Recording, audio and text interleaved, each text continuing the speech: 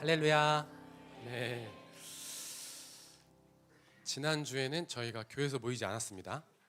야외 예배가 있었습니다. 다들 즐거우셨나요? 네. 야외 예배 저도 올해 더욱 즐겼던 것 같습니다. 항상 그 어른들이 챙겨주시는 밥이 너무 맛있습니다. 그래서 저희가 이제는 거의 뭐 빈손으로 가기에 이르렀는데요. 그래도 나무라지 않으시고 밥이며 반찬이며 과일이며 다 챙겨주셔서 너무 감사하고요. 올해는 더 많은 분들이 함께 모여서 야외 예배를 한 것 같아서 너무 감사했습니다. 특별히 제가 자유투를 일부러 한 명씩 다 던지게 하는 이유는 그럴 때라도 얼굴을 다 한 번씩 보고 그 우리 교회 식구들의 좀 모습을 확인하고 싶었습니다. 한 200명이 넘는 분들이 다 자유투를 던지셨는데요.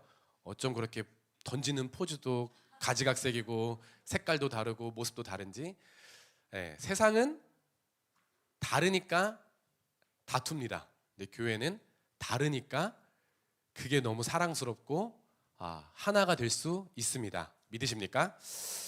우리 야외배 사진을 전체 사진을 띄웠는데요. 최대한 축소해서 이렇게 담아봤습니다. 그 사진 기사가 이제 1층에서 못 찍어서 2층에서 찍었는데요.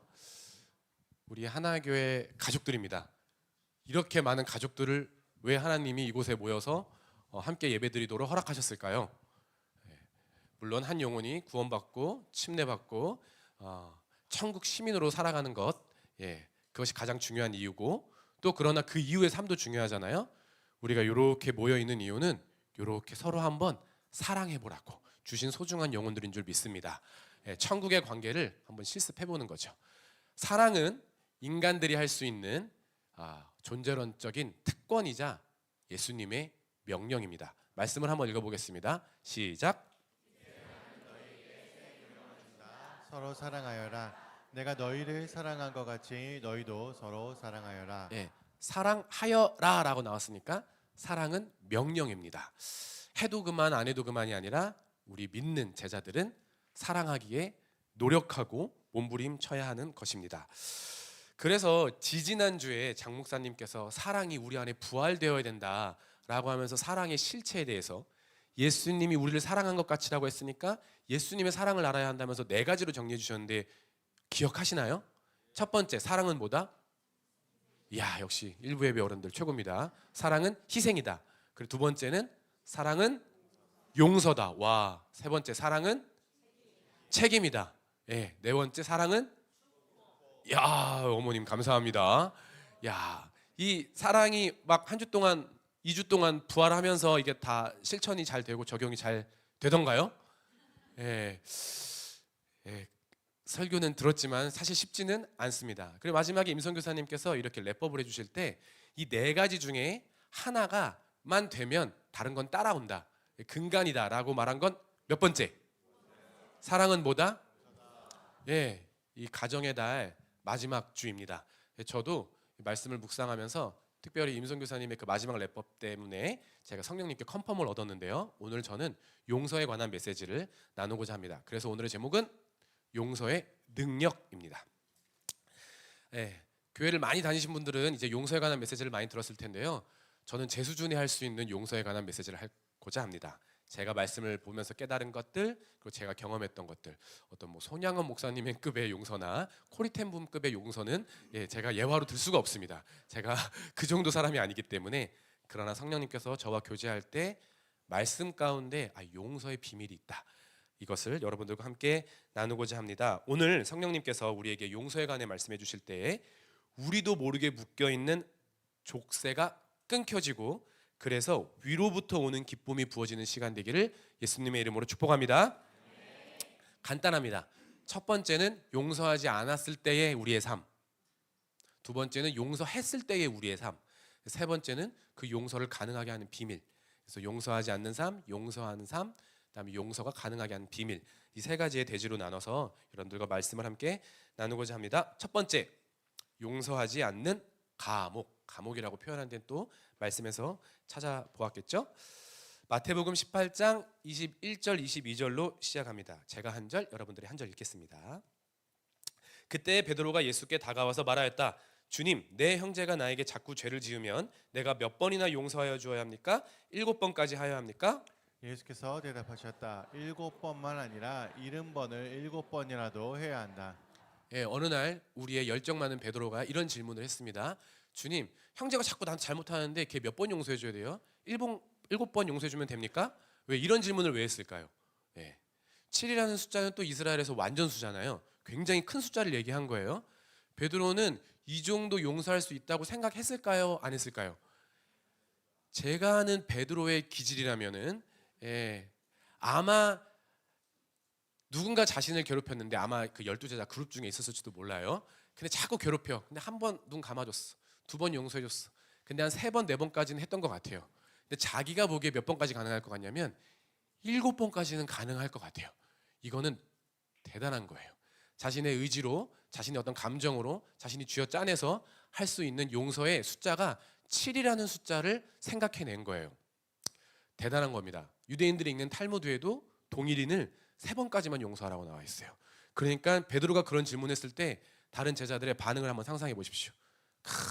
베드로는 진짜 그릇이 넓다. 난 저 정도는 못하는데 이렇게 생각할지도 모릅니다. 그래서 베드로도 속으로 기대하겠죠. 예수님이 칭찬해 주시겠다.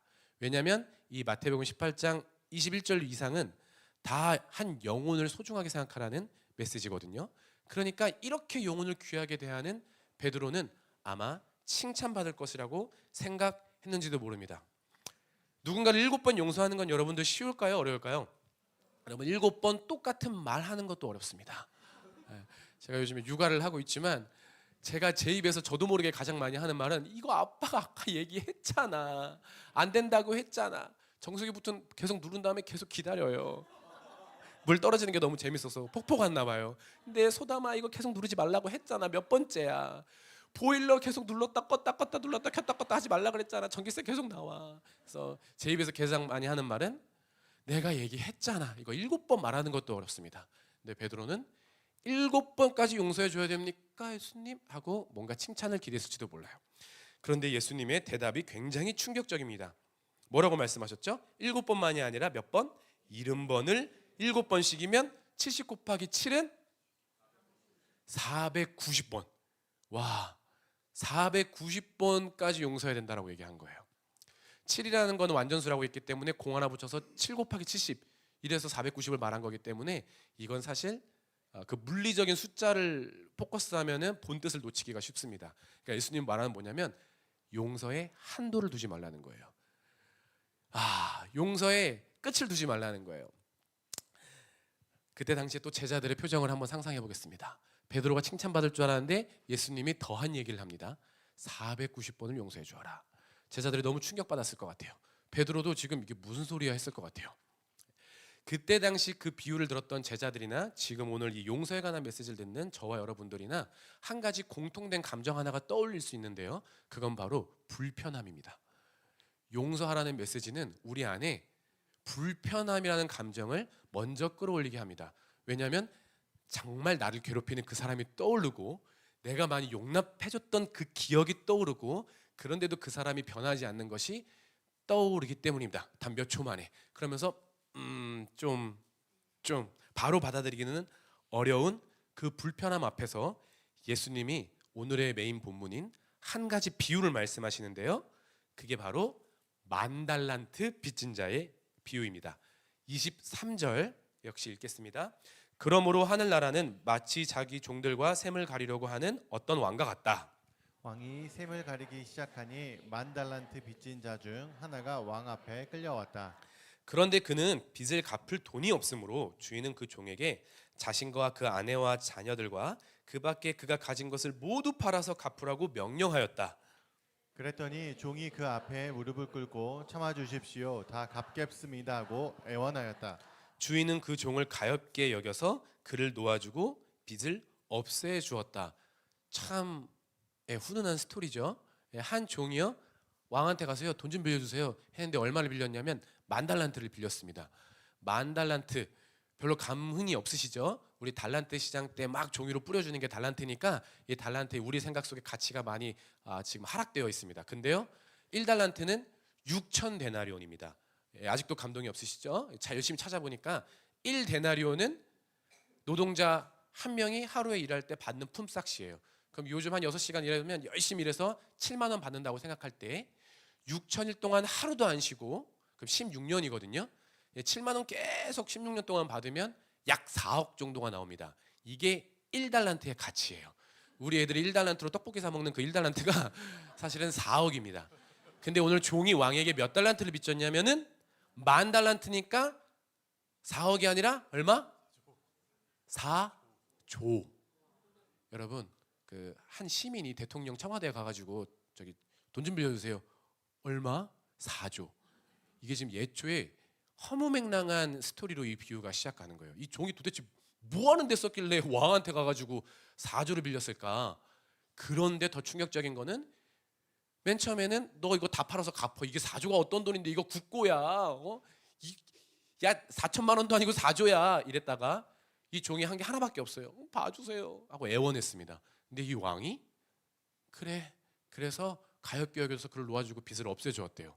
와, 이런 충격적인 비유로 시작을 하는데요. 여러분들이라면은 이 빚을 탕감받았다. 어떻게 생각하면 우리가 조금 감정이입을 할 수 있을까요? 2부 때는 아마 학자금 대출이라는 게 있겠죠. 일부 어른들은 어떤 빚이 있는지 잘 모르겠어요. 뭐 집을 하는데 충분히 그럴 수 있죠. 예, 요즘엔 다 이렇게 빚을 내서 또 집을 얻고 그러기도 하는데 뭐 사업을 하다가 그러실 수도 있고요. 예, 아니면 정말 형편이 어려워서 빚을 냈을 수도 있습니다. 그런데 어느 날 은행장이 떠르륵 연락 와가지고 손님 손님 앞으로 되어 있는 빚 얼마 그거 다 면제해드리겠습니다. 라고 한번 상상해 보겠습니다. 예, 지금 표정이 밝으신 분들은 그래도 빚이 적잖이 있으신 분들일 수 있습니다. 이 비유까지 27절까지만 봤을 때 우리가 예상되는 시나리오, 그때 당시 이 비유를 들었던 사람들이 예상할 수 있는 시나리오는 이 종 땡 잡았다. 이 종은 진짜 이 왕한테 감사하면서 지내고 정말 충성하면서 지내고 사람들한테도 약 자랑하면서 지내고 너그럽게 대하면서 지내겠다라는 게 예상된 시나리오입니다. 우리가 이 이유의 내용을 알아서 그렇지 사실 그 당시의 제자들의 입장에서는 와 4조 10,000달란트 와 이 종은 땡 잡았다 이렇게 생각할 수 있는데요. 우리가 아시다시피 28절부터의 그 내용은 예상된 시나리오대로 흘러가지 않습니다. 28절은 이렇게 얘기하는데요. 교독하겠습니다. 그러나 그 종은 나가서 자기에게 100데나리온 빚진 동료 하나를 만나자 붙들어서 멱살을 잡고 말하기를 내게 빚진 것을 갚아라 하였다. 그 동료는 엎드려 간청하였다. 참아주게 내가 갚겠네. 그러나 그는 들어주려 하지 않고 가서 그 동료를 감옥에 집어넣고 빚진 돈을 갚을 때까지 갇혀 있게 하였다. 예, 이 왕한테 자비를 받은 종이 가장 먼저 한 일은 나가서 동료의 멱살을 붙잡고 돈 갚으라고 한 거예요. 얼마를 빚졌냐면은 100데나리온. 예, 아까 하루 일삭을 하면 7만 원이라고 했을 때도 한 700만 원 정도 됩니다. 700만 원 정도 이렇게 빚지고 꾸는 사이기 때문에 동료인데 보통 동료는 아니었을 거예요. 절친한 친구일 수 있습니다. 여러분 친구 사이에 700만 원 빌려줬다고 생각해 보세요. 예, 받아야 돼요, 안 받아야 돼요? 예, 최견 형제, 우리 뭐 김영석 형제 뭐 이렇게 다 친구잖아요. 93. 예, 우리 임재신 형제도 93이고 그렇죠? 700만 원 빌려갔습니다. 우리 형석이가 안 갚아도 됩니까? 예. 예, 진짜 친한 친구인데 우리 몇 년지기인데 예, 조금 기다려줄 수는 있으나 반드시 갚아야 된다. 예, 형석이네 부모님이 놀라신 것 같아요. 예, 그런 일은 없습니다. 이게 지금 예화일 뿐입니다. 예. 친구가 잘못했습니까? 안 했습니까? 잘못했어요. 분명히 잘못을 안 한 건 아닙니다. 왜 남의 돈을 빌려놓고 갚지를 않아? 예, 그래서 막 갚으라고 했는데 이 친구가 엎드려 간청합니다. 참아주게 내가 갚겠네. 자존심을 굽힌 거예요. 엎드렸어요. 자기 동료한테. 그러면서 뭐라고 얘기하냐면 이건 무슨 말이냐? 갚긴 할 건데 좀만 기다려줄 수 있어? 안 갚을 건 아니야. 근데 내가 사정이 어려워서 그래. 그 사정 중에는 뭐가 있을까요? 700만 원 못 갚을 만한 사정이 뭐가 있을까요? 갑자기 막 가정이 풍지박산 날 수도 있고 내 사업이 망할 수도 있고 아니면 내 아이가 사고 쳐가지고 진짜 갚으려고 했는데 그 돈이 갑자기 아니면 막 내가 사기를 당했을 수도 있고 근데 그 사정을 아는 듯 모르는 듯 이 친구는 당장 갚으라고 하고 안 갚으니까 어떻게 합니까? 세 가지로 묘사합니다. 들어주려 하지 않았다, 감옥에 집어넣었다, 갇혀있게 하였다. 친구를 감옥에 넣어버렸어요. 전혀 자비를 베풀지 않았던 거예요. 야, 쉽지 않을 것 같아요. 700만 원.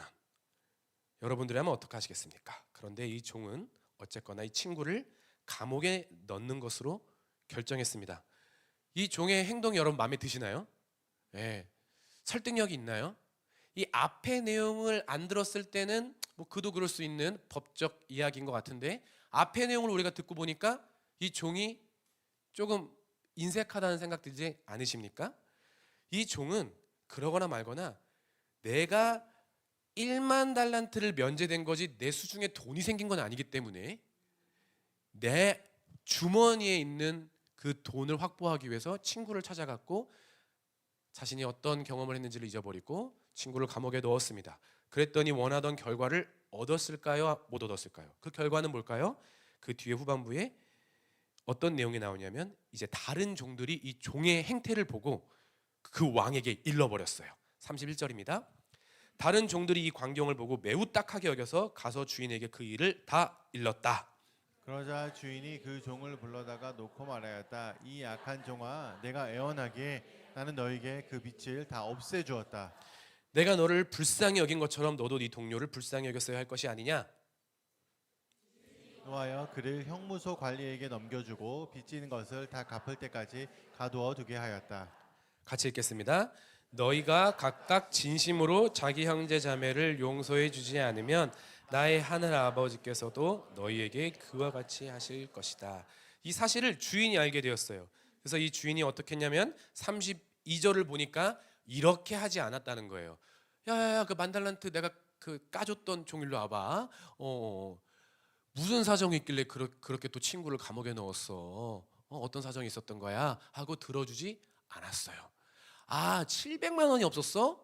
야, 그럼 나한테 얘기하지. 내가 너 만달란트도 까줬는데 700만 원 또 빌려줄게 하고 또 자비를 베풀지 않았어요. 그냥 32절 보니까 그렇게 했던 너그럽게 동료를 대하지 않았던 종에게 주인이 뭐라고 평가합니까? 무슨 종? 악한 종이라고 표현을 하고 있습니다. 악하다라고 주인이 진단한 거예요. 왜 이렇게 말씀하셨을까요? 그게 악한 일일까? 돈 갚으려 해서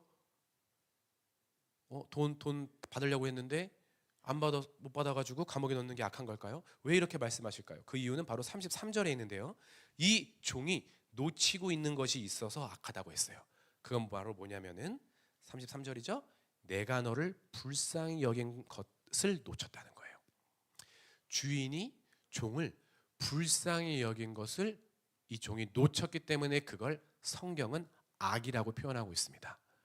이 주인이 종에게 어떠한 은혜를 베풀고 어떠한 손길이 있고 어떠한 자비가 있고 어떠한 개입이 있고 어떤 주도권이 있는데 그것을 내 인생 가운데 무시하는 것을 성경은 악이라고 이야기하고 있습니다.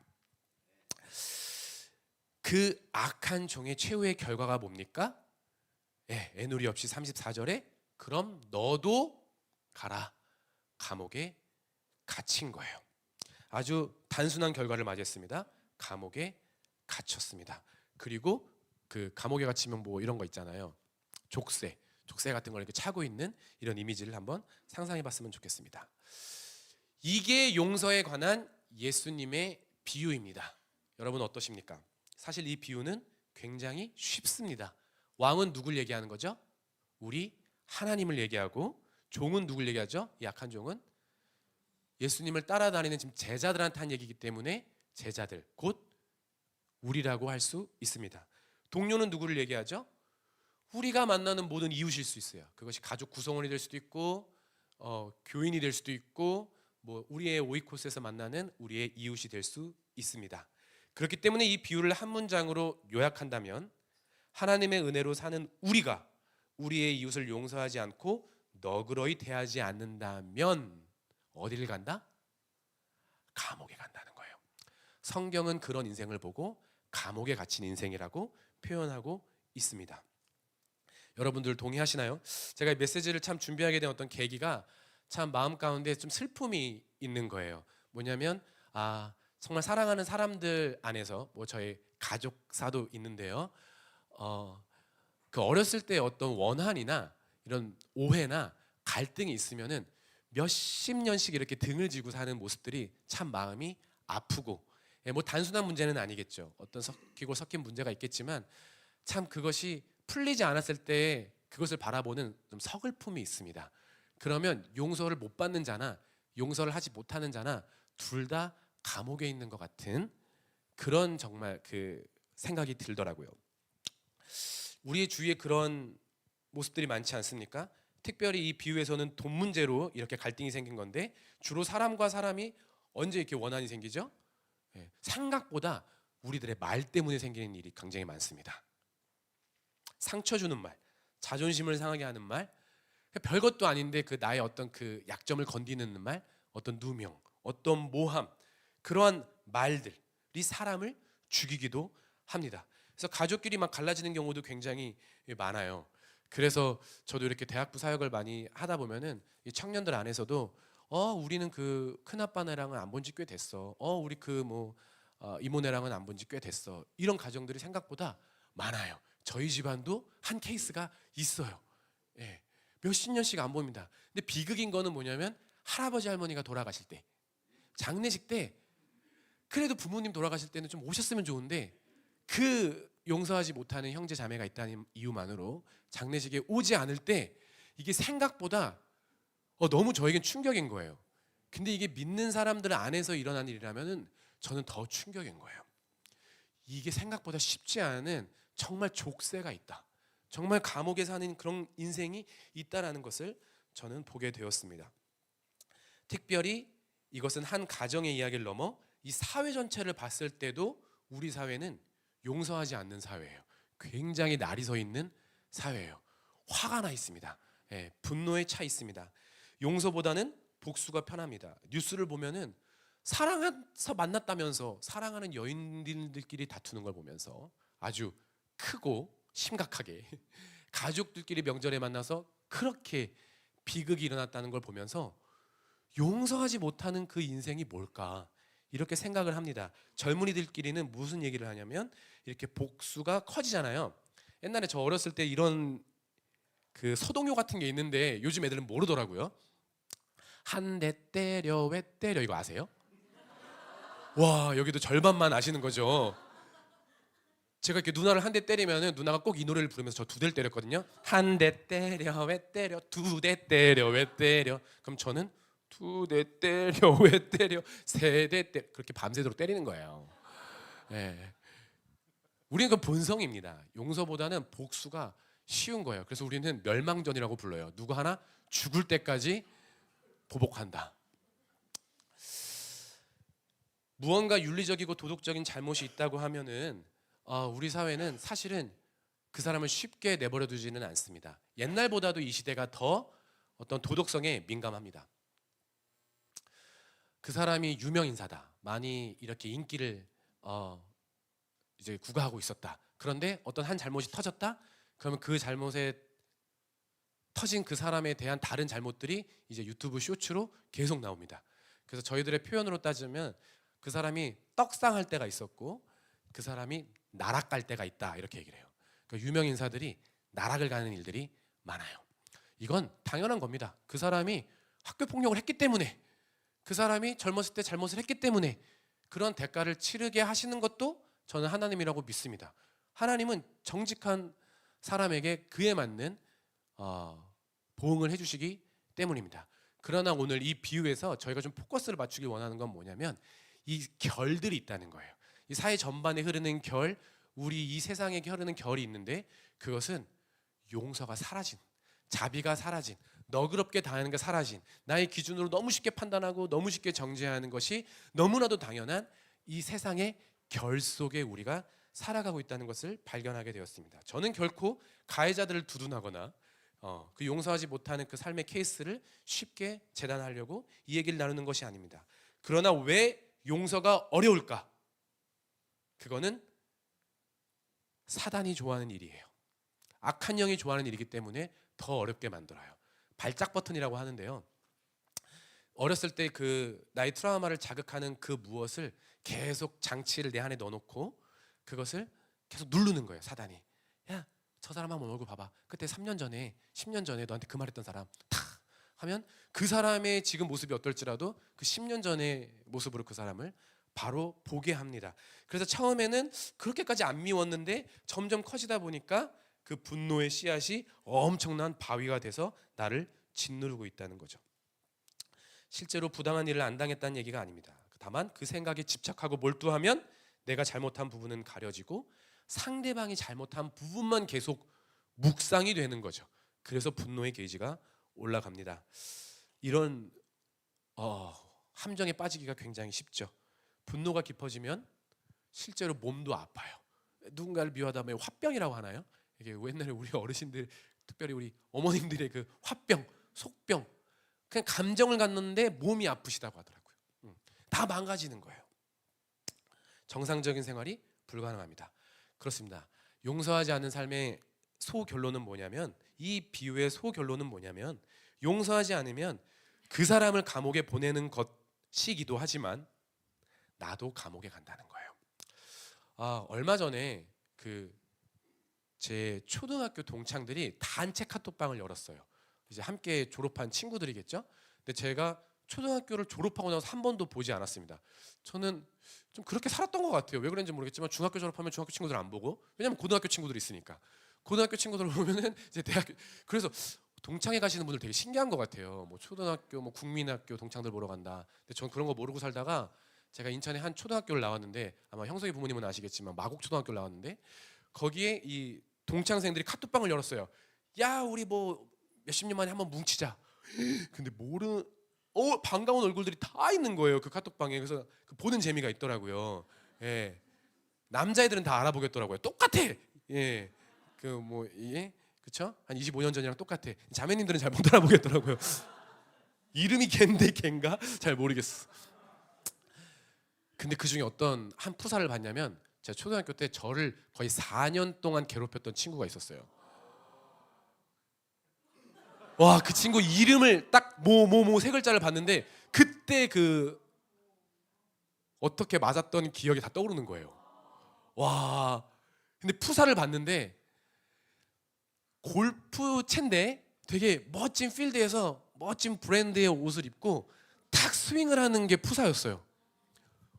왜 그렇게 그게 보기 싫은지 몰라. 얘는 삶이 망했어야 되는 거 아니야? 친구들을 그렇게 못 살게 굴고 인성 진짜 별론데 얘는 망했어야 되는 거 아니야? 근데 자칫 제가 보기에 좀 뭔가 있어 보이는 거예요. 세상적으로 성공한 것 같아 보이는 거예요. 그게 너무 배가 아프고 너무 짜증이 나는 거예요. 막 얘 잘못됐으면 좋겠는데, 그러면서 제가 그 카톡방 나가버렸습니다. 예. 전 계속 그 동창생들 사이에서 계속 베일에 가려진 사람인데요. 진짜 제 속이 너무 좁은 것 같아요. 예. 아니, 지금 걔가 어떻게 사는지 잘 모르잖아요. 뭐 변했을 수도 있고, 걔가 교회를 다닐 수도 있고, 교회에서 골프 치러 가는 걸 수도 있잖아요. 근데 그 족쇄가요, 그 트라우마가요, 야, 나를 그렇게 때려놓고 네가 성공해? 이 생각이 들더라는 겁니다. 근데 이 본문 70번 곱하기 7, 야, 이거 예수 믿는 사람들은 너무 가혹한 거 아니야? 뭐 예수 믿는 사람들은 사람도 아니야? 이거 예수님이 너무 가중한 이런 명령을 내리신 거 아닐까? 제가 이 본문 앞에 사실은 섰습니다.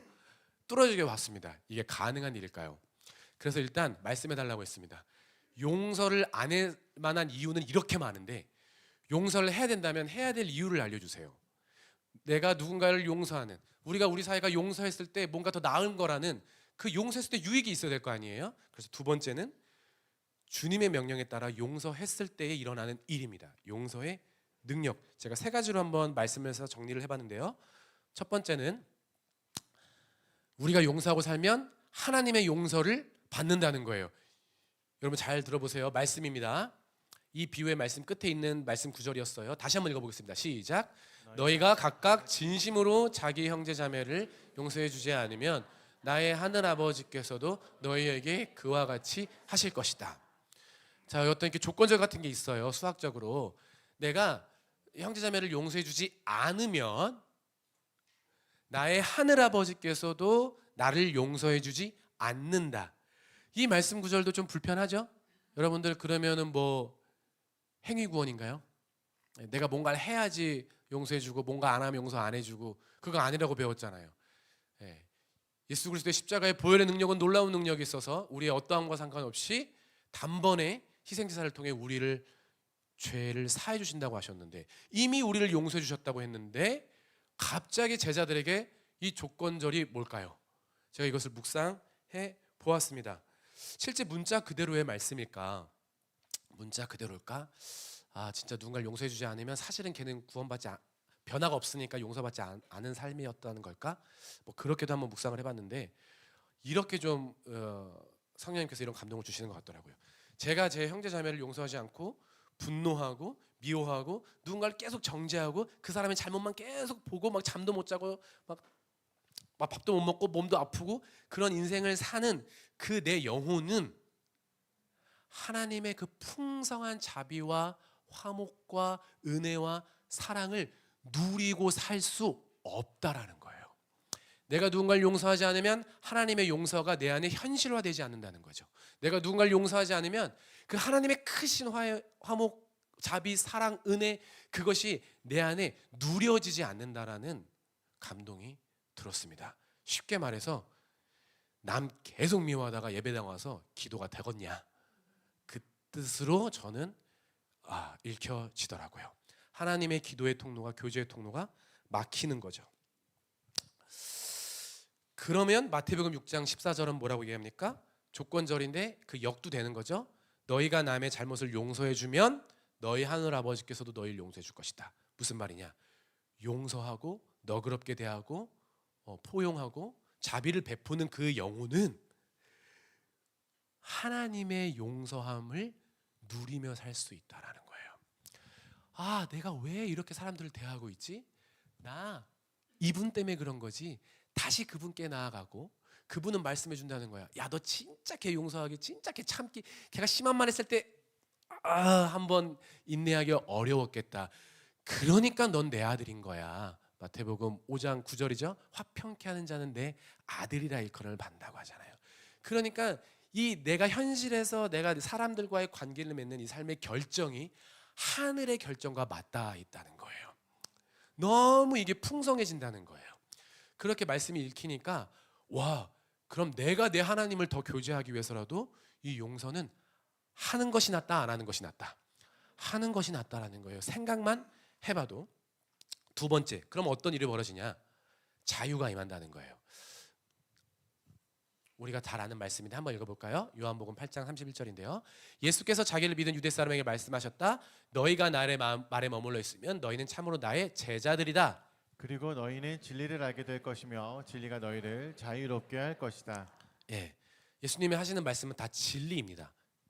예수님 우리에게 용서하라고 했다면, 사랑하라고 했다면 그거는 변하지 않는 상수예요. 우리가 지켜야 할 진리입니다. 그것에 순종하였을 때 우리 가운데 자유가 임한다라는 거예요. 이게 뭐냐면 내가 그래 나한테 그렇게 했는데 너를 용서해 줄게 하고 풀어주면 저절로 나도 풀어진다는 거예요. 그래서 이걸 좀 그림으로 옛날 어느 책에서 본 것 같은 게 있어서 구글에서 막 찾아봤는데 없는 거예요. 그래서 우리 교회에서 그림을 잘 그린 사람이 누굴까 하다가 침례식 때 자신의 간증을 그림으로 표현했던 한 자매가 떠올라서 야 내가 진짜 이 깨달은 거를 그림으로 표현하고 싶은데 내 컷으로 좀 만들어줄래? 해서 만들어준 그림이 있어서 가져왔습니다. 처음엔 이거예요. 예. 처음에는 쟤 미워 진짜 짜증나 나한테 어떻게 그럴 수가 있어 이게 몇 년씩 걸리다가 하나님께 말씀을 듣고 순종하자 하고 정말 하나님께 대하는 마음으로 정말 합니다 하고 괜찮아 넌 그런 사정이 있었구나 야 근데 좀 그럴 땐 그러지 않았어? 근데 너 그럴 수도 있었겠다 야 근데 너가 다 못한 거는 아니야 오케이 하고 딱 풀었어요. 푸는 모습을 한번 보여줄까요? 두 번째 컷 다가갑니다. 용기를 내서 사슬을 풀어요. 그럼 마지막 컷 저절로 자기의 컷도 풀리는 거죠. 이제 이게 원리라는 겁니다. 원리. 이게 족쇄가 풀어지는 원리라는 거예요. 저는 예수 믿는 사람들의 인생 가운데 그 가정이 교회에, 이 사회에 사슬들이 풀어지길 예수님의 이름으로 축복합니다. 사슬이 풀어져야 되는 거예요. 네, 사슬을 풀지 않으면 너무 후회되는 거예요. 우리 안에 최악의 불안 요소가 뭐냐면 이 그림은 그래서 정말 인생 네컷 사진처럼 말씀 구조를 해가지고 예쁘게 디자인한 게 있는데 원하시는 분들은 카톡으로 다 전체 방에 올리겠습니다. 지우자매 고마워요. 예. 우리의 불안 요소는 뭐냐면 내가 용서했는데 제가 그 용서를 악용하면 어떡하지? 이게 진짜 불안한 거예요. 무슨 말이냐면 아싸 얘는 바보야. 내가 뭘 하기만 해도 날 용서해. 그리고 얘는 잘못을 계속해. 이것에 대한 불안이 있습니다. 있어요 없어요? 예, 사실 용서하지 않는 사회에서 대부분의 용서를 반대하는 사람들의 입장을 들어보면 미국의 칼럼니스트들 뭐 트위터 하시는 분들은 막 올리거든요. 기독교인들이 문제라고. 그 쉽게 용서하는 것 때문에. 용서하는 문화는 지옥에 나가라고. 구원, 용서 이런 건 다 허삭의 껍데기에 불과하다고. 왜? 가해자에게 더 힘만 실어주는 거라고. 그렇게 얘기들을 많이 합니다. 정말 왜 그렇게 말하는지는 알겠어요. 그 피해자의 입장을 생각해 볼 때요. 그런데요, 정말 수학적으로만 생각을 해봐도요, 그렇게 하면 풀리지 않습니다. 아무것도. 그 사람도 감옥에 가고 그걸 용서하지 못하는 어떤 피해자에도 사실은 감옥에 갇히는 거예요. 그런데 하나님 말씀에 순종하고 용서를 해봤더니 그 사람은 풀릴 수도 있고 안 풀릴 수도 있어요. 그 사람이 안 받아들이면 사실은 준비되어 있지 않으면 이 용서는 의미가 없습니다. 그렇지 않습니까? 근데 뭐가 풀리냐면 쟤는 안 풀려도 적어도 나는 진리에 순종했기 때문에 풀릴 수가 있다라는 거예요. 그리고 세 번째로는 용서하면 뭐가 좋냐면 사실은 쟤도 이 용서의 사건을 통하여 용서의 대화와 용서의 이 모먼트들을 통하여 쟤도 하나님의 용서를 경험할 수 있는 가능성이 제공된다는 면에서 용서 안 하는 것보단 용서하는 것이 훨씬 낫다라는 거예요. 그래서 세 번째 용서의 능력은 뭐냐면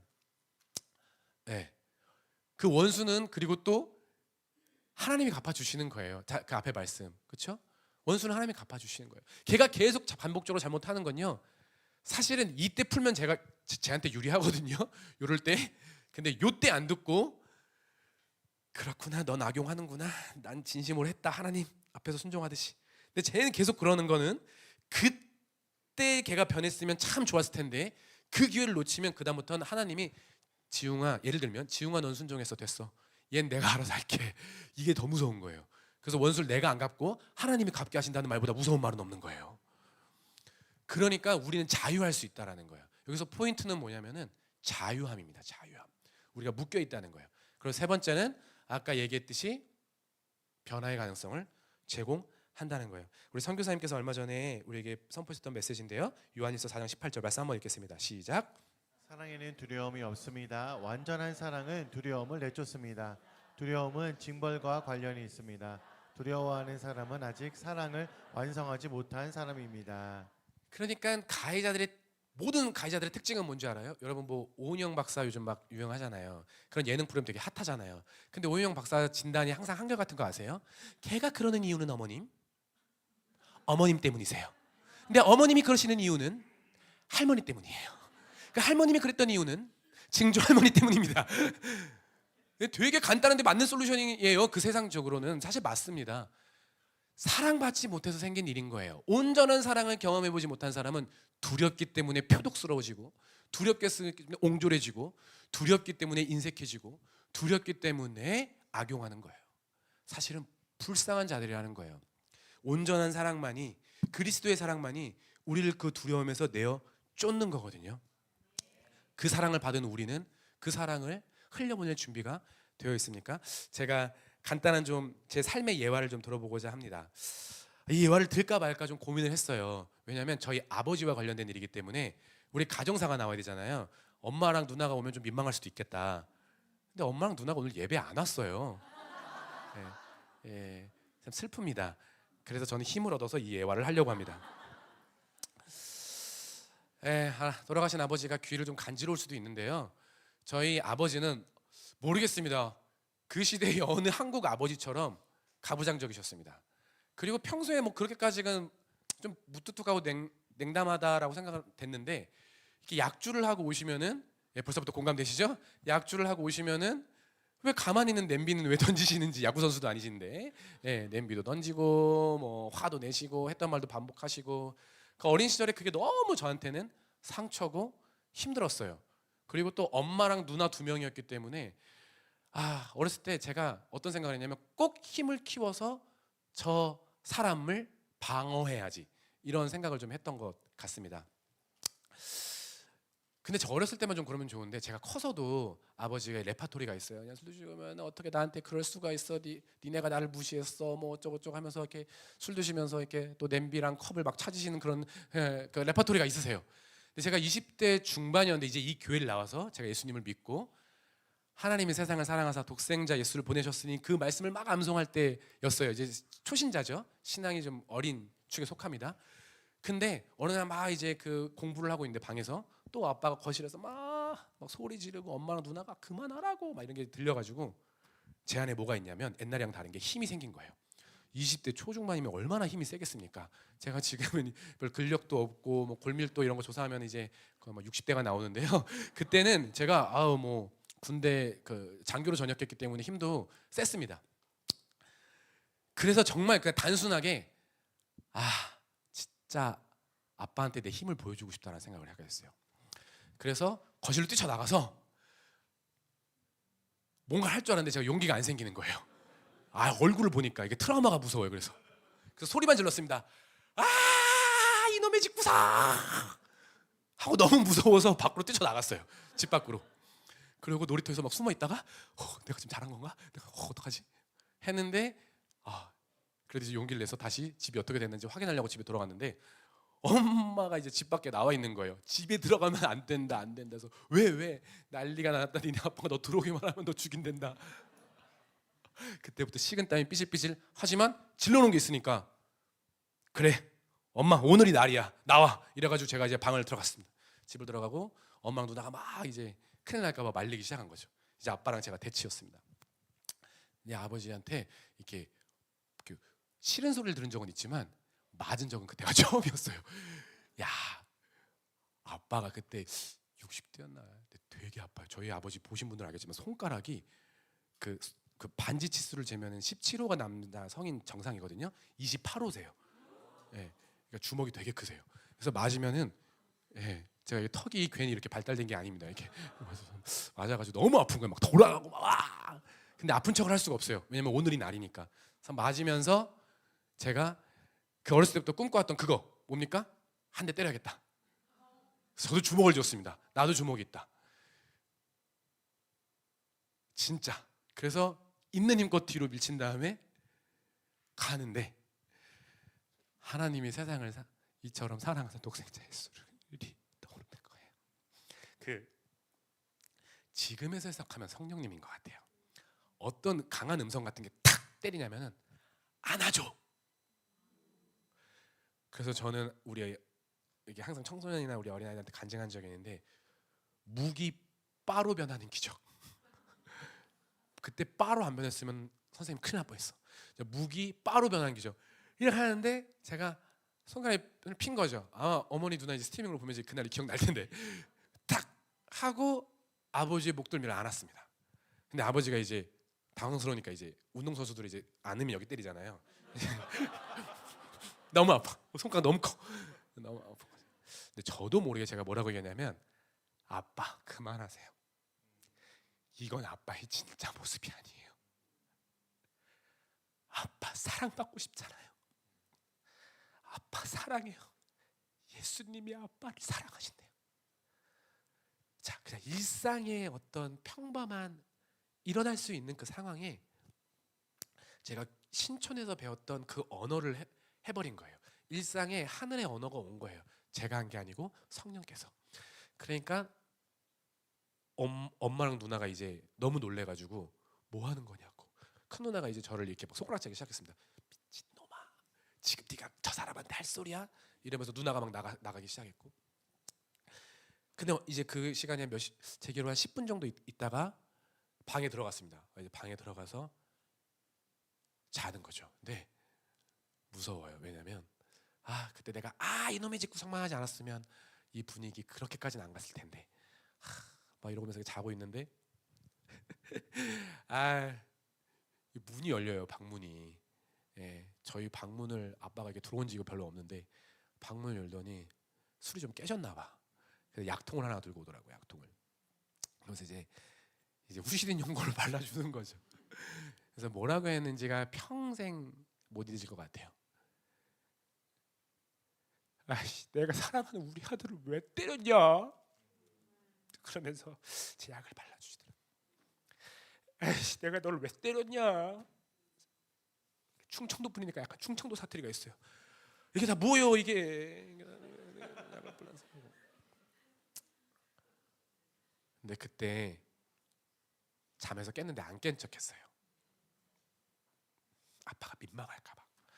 근데 다 한참을 약 바르시더니 에이씨 이러더니 나가시더라고요. 제가 평생 뭐 별로 잘한 건 별로 없습니다. 근데 참 요즘에도 기도하면 그 장면을 떠올리게 해주시는데 제가 평생 했던 일 중에 제가 한 건 아니지만 가장 잘한 일을 하나 꼽으라면 그때 묵을 빠로 낸 거예요. 아버지는 지금 하늘에 계시고 이 땅에서 제가 이기만이라는 제 그 하나님이 만드신 그 아버지라고 붙여주신 존재와 한 번 맺을 수 있는 이 삶의 기회 가운데 그때 아버지에게 주먹을 휘두르는 것이 아니라 사랑을 표현했던 것은 정말 하나님이 저에게 주신 선물이었습니다. 예수 그리스도를 믿는 자들은 사슬이 끊기는 거예요. 그 이후로 제 해석인지 모르겠지만 아빠가 한 번도 그 일을 그렇게 막 던지는 일을 하지 않으셨어요. 또 전도사님들의 교회 한번 나가보자 이런 말도 먼저 하시고, 여러분 그다음은 다 아시는 스토리예요. 뮤지컬도 보러 오시고 가족들한테 마음 여시고 사랑한다고 표현하시고, 지웅환이 결혼한 다음에 아빠 돈 필요해 이러니까 삐뚤삐뚤한 카톡, 손 너무 커가지고 카톡이 다 2개씩 눌려 그래가지고 계좌 불러 이게를 막 가 그래서 500만 원 보내주시고 뭐 했던 그런 이후에 아름다운 스토리 끝에 이제 아버지가 하늘나라로 가셨는데 저는 후회하지 않습니다. 성령께서 하시는 일인 줄 믿습니다. 온전한 사랑만 두려움을 내어 쫓고 변화의 그 실마리를, 가능성이라도 제공할 수 있습니다. 성경은 우리를 용서하는 삶으로 초대하고 있습니다. 당시 유대인들이 살고 있던 고대 사회는 계급 사회였다는 걸 여러분들 아시죠? 계급마다 요구되는 윤리가 있다는 거 아십니까? 노비에게 요구되는 윤리는 용서가 아니에요. 자비가 아니에요. 노비는 뭡니까? 순종입니다. 그 당시에 살고 있었던 노비들은 어떤 윤리적 덕목을 딱 탑재하고 있냐면 순종, 성실함입니다. 군인에게 요구되는 윤리는 용기였다고 합니다. 플라톤이 얘기한 건데 용기. 그런데요, 통치자의 윤리가 있대요. 그 바로 4가지인데 정의, 용기, 경건, 자비. 마지막에 자비가 있습니다. 그래서 로마 원로원들이 요 4가지 키워드, 정의, 용기, 경건, 자비라는 키워드가 적힌 덕목 방패를 아우구스티누스한테 수여했다는 거예요. 그 당시 사회에 만연하게 알고 있던 윤리 뭐예요? 용서는 누가 하는 거다? 통치자가 하라는 거예요. 그 당시 비유를 듣었던 제자들이, 유대인들이 왜 충격이었냐면 원수를 사랑하라고? 70번도 7번씩 용서하라고? 그건 노비들이 하는 게 아니에요. 그건 거지들이 하는 게 아니에요. 없는 자들이 하는 게 아니에요. 있는 자가 없는 자를 불쌍히 여기는 거예요. 그건 왕이 하는 겁니다. 그건 통치자가 하는 겁니다. 예수께서 우리를 그 통치자의 삶으로 초대한 거예요. 이거는 너무 영광스러운 거라는 거예요. 이거는 내가 내가 졌어 뭐 이게 정도가 아니라는 얘기인 거예요. 여러분 어떤 삶을 살고 싶습니까? 왕처럼 사는 것은 내가 당신을 용서합니다. 그러나 고아의 영을 갖고 있는 노예처럼 산다는 건 싫어, 난 저 사람 평생 저주하며 살 거야 입니다. 여러분 어떤 교회를 다니고 싶으세요? 날이 서 있는 교회와 용납이 풀어지는 교회. 날이 서 있는 교회는 무리 짓기를 좋아하고 파당 짓기를 좋아하고 뒤에서 말하기를 좋아하고 공격하기를 좋아하고 재단하기를 좋아합니다. 제가 한 컬럼에서 보니까 청년들이 교회를 떠나는 이유 1위가 예배와, 그러니까 메시지와 삶이 달라서 너무 실망을 많이 해서 많이 떠납니다. 쉽게 말해서 크리스천들이 너무 속이 좁아서. 용서의 능력이 풀어지는 교회는 어떤 겁니까? 기다릴 줄 아는 교회예요. 너무 쉽게 속단하는 게 아니에요. 용납이 자연스럽고 그 용납 속에서 자발적인 용서와 화해가 싹 트는 성숙한 교회예요. 아, 너 그런 만한 사정이 있었구나. 와, 생각해 보면은 그런 것으로 교회가 교회다워질 수 있는 것 아니겠습니까? 사랑이 넘치는 교회는 우리가 우리의 서로의 사슬을 풀어가는 데에 그 힌트가 있습니다. 사랑하는 신촌하늘교회 특별히 일부 성도 여러분들 용서하십시오. 그 반대로 용서를 구하십시오. 용서를 하건 용서를 구하건 우리에게는 풀려야 할 사슬이 있다는 걸 잊지 않으셨으면 좋겠습니다. 마지막입니다. 단 이것은 한 번의 설교나 인간의 구호나 그냥 인간적인 어떤 성향으로 되지 않습니다. 정말 하고 싶었던 메시지는 성령님의 도움 없이는 이것이 풀어지지 않습니다. 처음부터 성령님이 하시는 거고 성령님이 인도하시는 거고 마지막까지도 성령께서 하셔야 하는 일입니다. 용서하며 사는 것을 싫어하는 사람이 누가 있겠습니까? 잘 되지 않습니다. 철저히 성령님이 도와주셔야 합니다. 여러분 성령님 제가 요즘 성령론 읽고 있잖아요. 여기 많이 읽고 계시죠? 새롭게 알아가는 그 성령님의 그런 모습 중에 성령님이 진짜 인간 같더라고요. 인격자더라고요. 뭐 말도 걸고 뭐죠? 가르치기도 하고 뭐 우리를 위해서 그러니까 인간처럼 막 교회 나오는 인간처럼 기도도 해주신다 그러고 정말 인격적이신 거예요. 근데 그 중에 하나가 제일 꽂혔던 게 뭐냐면 성령님은 깨닫게 하신대요. 깨닫게 하신다. 그게 너무 와닿는 거예요. 예수 믿는 사람이 아니어도 이게 무슨 말인지 알 수 있습니다. 우리가 어렸을 때 저 국민학교 시절에는 저도 나이가 꽤 되죠? 3학년 때까지는 국민학교였으니 국민학교 시절에는 일반 학교인데요 극기훈련이라고 해서 해병대 캠프 같은 걸 보냈어요. 요즘에는 그게 비인격적이라고 없다고 하더라고요. 초등학생들인데 얘네들 한번 뭐 개조시킨다고 남양주 이런 데 가갖고 탁 거기 훈련해서 넣으면 빨간 모자 그 삼촌들이 야 웃어 나와 이러면서 막 혼내 엎드려 뻗쳐 이렇게 하고 막 밥도 막 이렇게 먹게 하고 왜 그렇게 했는지 모르겠어요. 지금 생각해 보면은 그냥 교장 선생님이 가라 그래서 갔는데 잠도 막 떠들었다가는 막 그냥 입을 막 뒤집어 쓰고 맞고 막 그랬어요. 그러면서 거기서는 뭐 일진 없습니다. 일진이나 이진이나 삼진이나 다 순한 양이에요. 근데 마지막 날 꼭 그런 극기훈련 때 하는 게 있어요. 뭐죠? 모닥불 피워놓고 캠프파이어. 그럼 하는 게 꼭 있어요. 빨간 모자가 갑자기 빨간 모자를 벗습니다. 오늘만큼은 좀 특별한 시간을 가지려고 해. 그럼 애들이 쫄아서 뭐야 또 뭐야 이러고 있는데 갑자기 또 누가 음악을 틀어놔. 따라라라라라. 그럼 애들이 다 한 반에 43명이었는데 진짜 43명 다 이러고 있어요. 근데 꼭 그 조교가 뭐라 그러냐면은 우리를 그동안 키워주시고 우리를 그동안 먹여주신 엄마 생각하면서 이제 편지를 쓸 건데 엄마 생각을 합니다. 자, 눈 감아. 그때는 일진도 없고 이진도 없고 삼진도 없어요. 43명이 다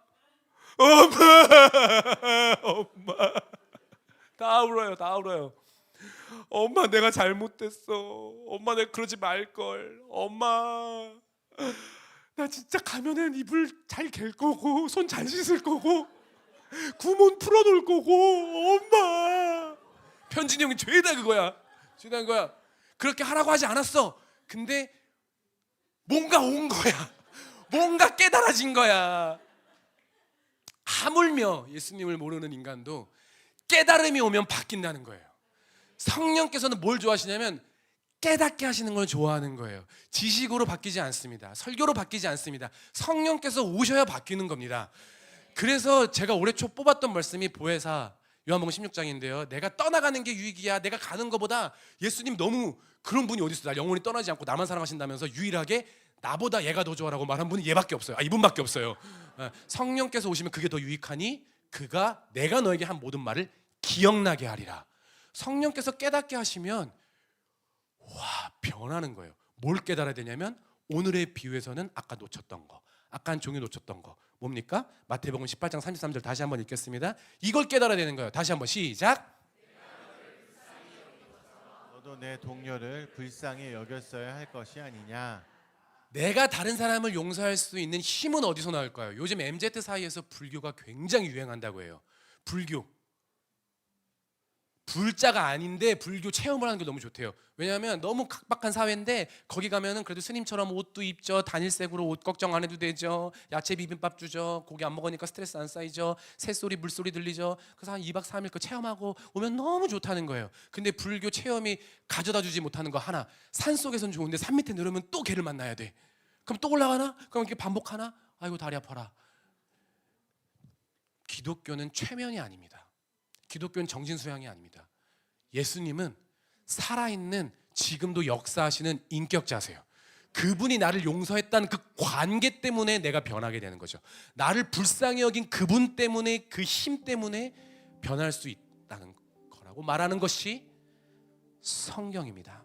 인격적인 관계에서 오는 실제적인 용서를 받은 사람은 무엇이든 할 수 있습니까?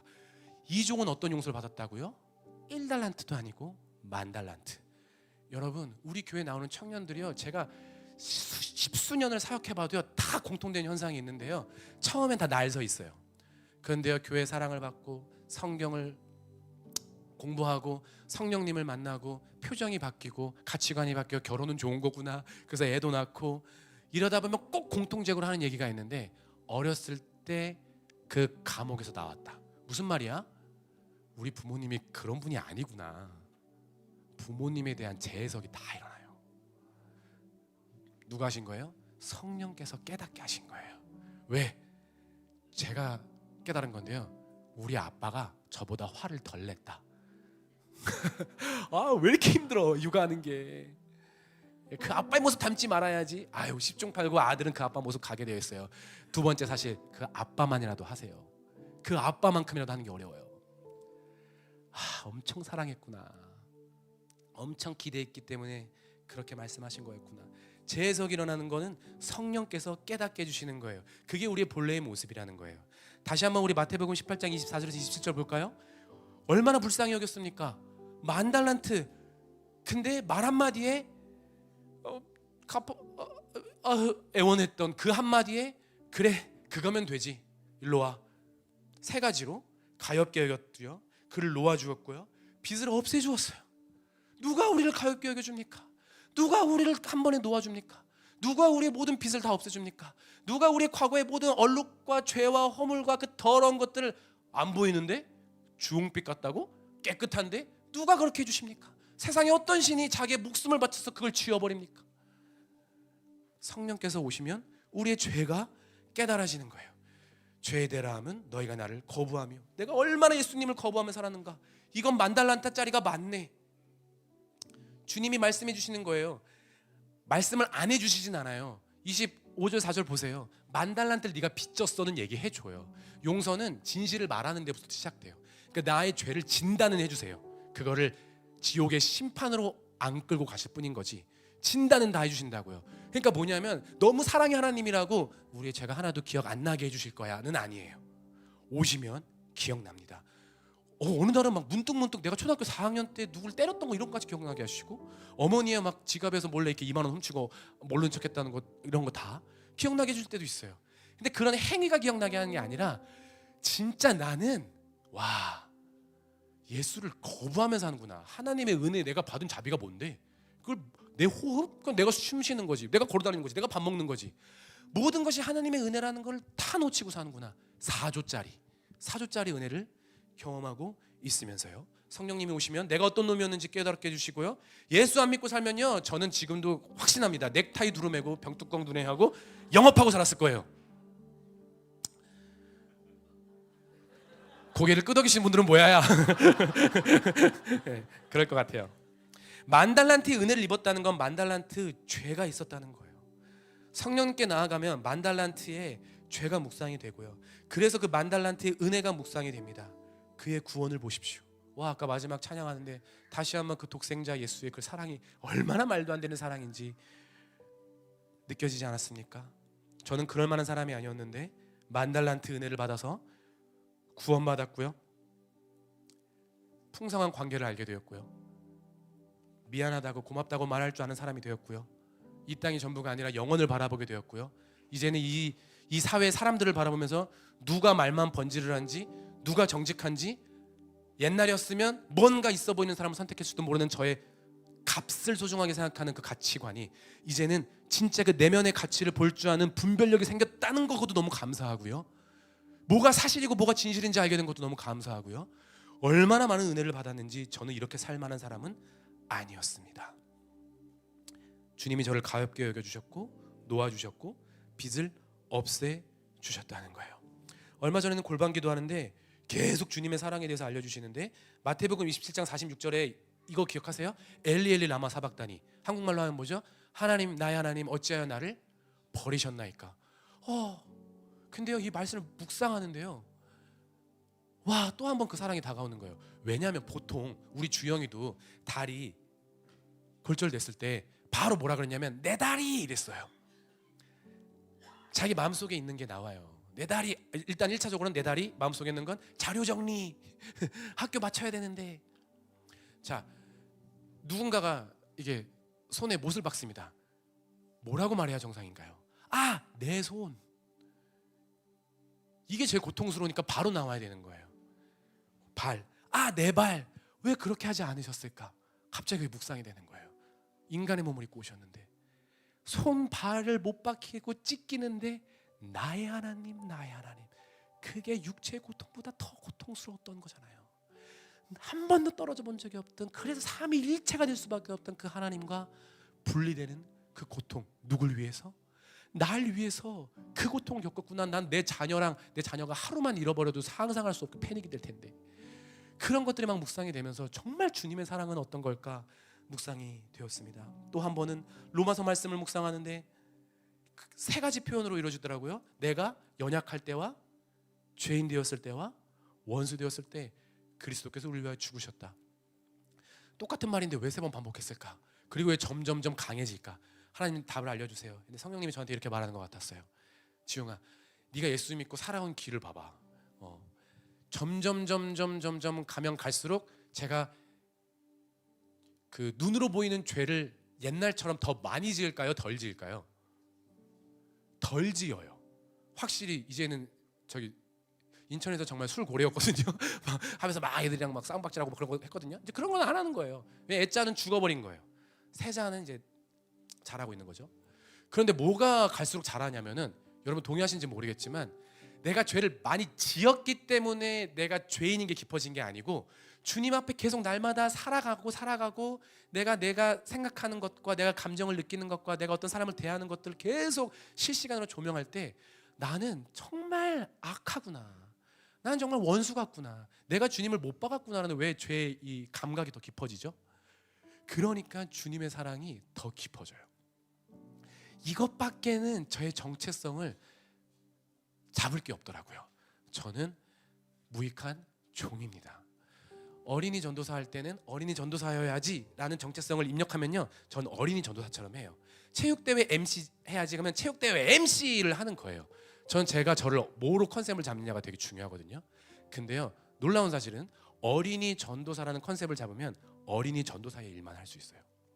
체육대회 MC의 컨셉을 잡으면 체육대회 MC만 할 수 있는 것 같더라고요.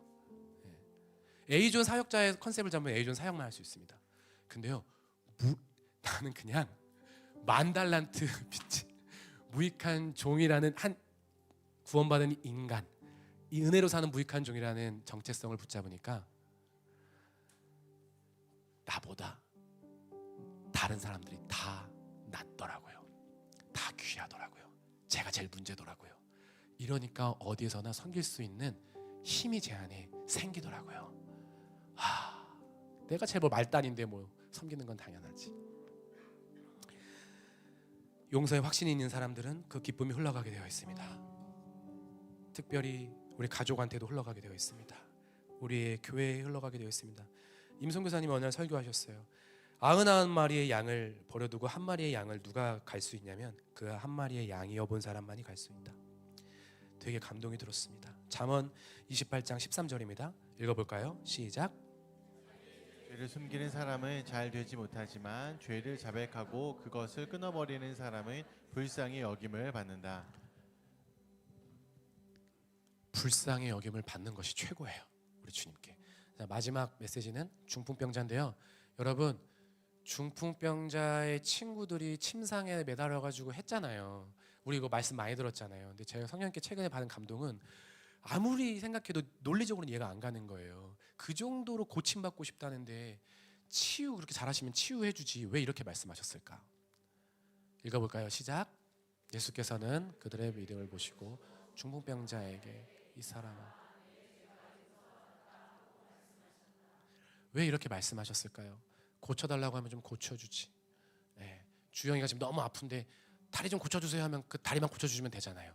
우리의 심정적으로는 급하니까. 근데 주님이 제일 급한 걸 하셨어요. 네 죄가 용서받았다. 툭 튀어나와 버렸어요. 저한테 이렇게 말씀하시는 것 같았어요. 지용아, 사람이 병 낫는 것만으로는 안 돼. 병 낫고 난 이후의 삶이 있거든. 근데 그 이후의 삶 가운데 그 병이 나아서 몸은 온전해지지만 영혼의 문제가 해결되지 않는다면 또 다른 사람들과 비교하고 날이 서 있고 상처를 주고 그래서 또 감옥에 가고 그래서 또 분노의 쳇바퀴를 살아가게 되어 있어. 그러나 내가 너에게 보여주고 싶은 것이 있다. 너의 본성에 가장 필요한 것은 바로 나다. 나만이 온전한 사랑, 새로운 정체성, 끝없는 위안과 소망과 영광을 줄 수 있다. 이 모두에 들어서려면 용서를 알아야 한다. 사랑하는 신촌 하나님 교회 성도 여러분들, 이제 우리는 더 깊은 용서의 문을 열고 그 안으로 들어갈 때가 되었습니다. 기도하겠습니다. 얼마나 많은 용서를 받았는가.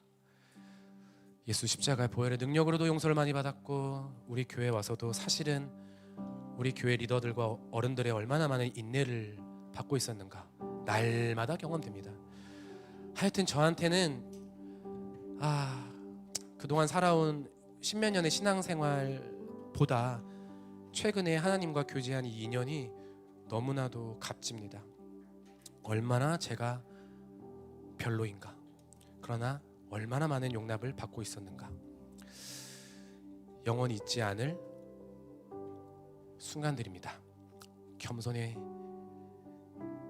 수 있는 유일한 장치인 것 같아요. 저의 실패, 저의 망함, 저의 죄악, 저의 연약함. 그러나 그것을 용서해 주시는 주님을 붙잡고 매일매일 살아가는 것밖에는 제가 할 수 있는 일은 없습니다. 여기 모인 사랑하는 신촌하나교회 형제자매 한 명도 빠짐없이 주님의 그 깊은 용서함을 누리게 하여 주십시오. 너의 죄를 사한다. 내 안에 와라. 이것이 너의 정체성이다. 사랑하는 내 아들 내 딸아, 이것으로 출발해야 된다. 이것으로만 시작해야 된다. 이것이 교회를 교회답게 하고 이것을 너를 너답게 할 수 있어. 온전한 사랑이 두려움을 내어 쫓는 거예요. 주님의 그 사랑 앞에 반응하며 여러분들 이 시간 주님 앞에 기도하며 나갔으면 좋겠습니다.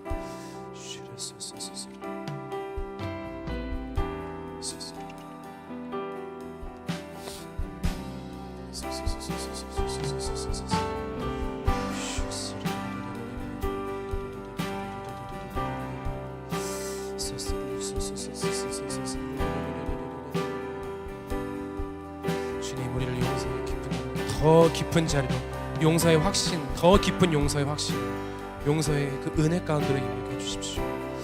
하나님 예수님 그리스도의 그 사랑을 보게 해주십시오. 우리 다 같이 일어나서 함께 찬양하며 나가겠습니다. 보소서 주님 나의 마음을 선한 것 하나 없습니다. 그러나 내 모든 것 주께 드립니다. 사랑으로 안으시고 날 새롭게 하소서. 주님 마음 내게 주소서.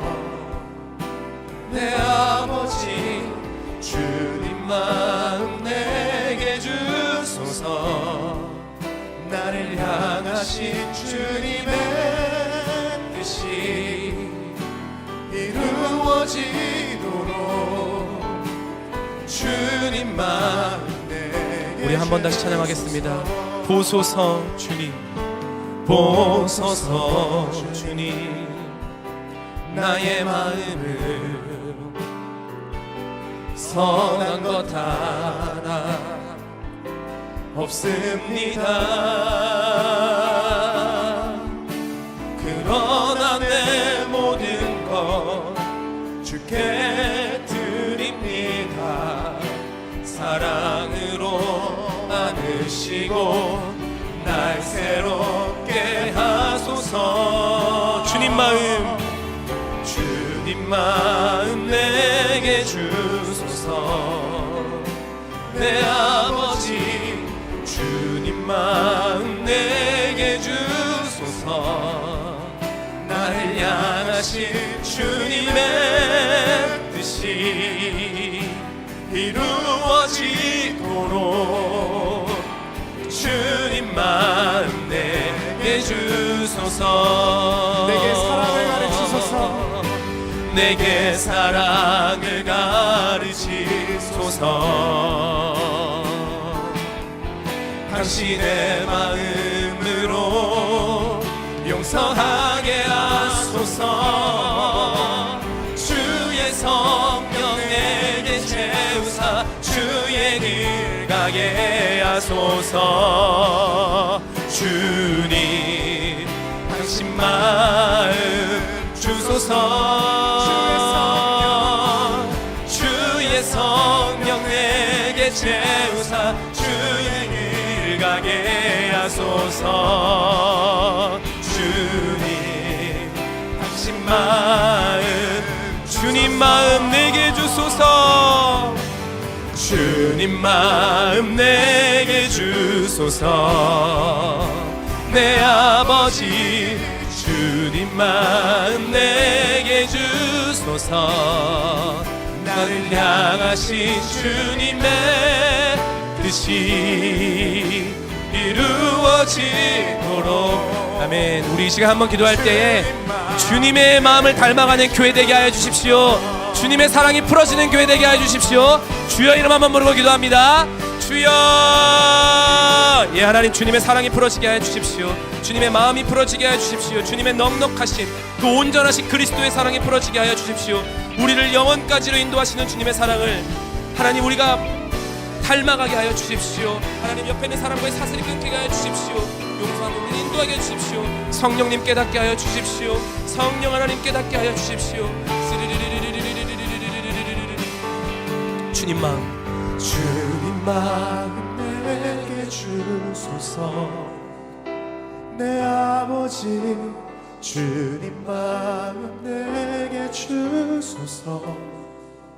나를 향하신 주님의 뜻이 이루어지도록 주님 마음 내게 주소서. 성령님 오십시오. 성령님이 오시면 죄와 의와 심판에 대하여 깨달을 수 있습니다. 성령 하나님 저를 그 복음으로 인도하여 주십시오. 내가 이 땅에 발붙이고 숨쉬고 사는 것도 하나님의 은혜요, 교회에서 마음껏 자유하게 예배드릴 수 있는 것은 그리스도의 십자가의 공로고, 담대하게 이 세상을 이기며 살아갈 수 있는 것은 주께서 부활의 수고를 감당해 주셨기 때문인 줄 믿습니다. 교회에 와서 또 교회의 용납을 받습니다. 내가 오늘날 이때까지 수많은 어른들의 인내와 응원과 포용 속에서 자랄 수 있다는 것을 깨닫게 해주셔서 감사합니다. 우리 교회 어떤 성도들이라도 한 사람도 중요하지 않은 사람이 없다는 것을 깨닫게 해주셔서 감사합니다. 어린아이부터 어른까지 모두 다 존귀한 존재들이며 어떠한 틀 속에 가둬둘 수 없는 존재들이며, 우리는 다 성령 하나님의 인도하심을 받고 하나 되며 주심 오실 때까지 쓰임받을 수 있는 존재들이라는 걸 깨닫게 해주셔서 감사합니다. 그 넉넉한 사랑과 온전한 사랑이 마음껏 풀어지는 공동체 되게 하여 주십시오. 사랑이 식어져가는 이때에 이 사회에, 이 세상에 대안이 되는 주님의 빛을 닮아가는 교회 되게 하여 주시옵소서. 감사드리며 이 모든 기도 살아계신 예수님의 이름으로 기도드렸습니다. 아멘.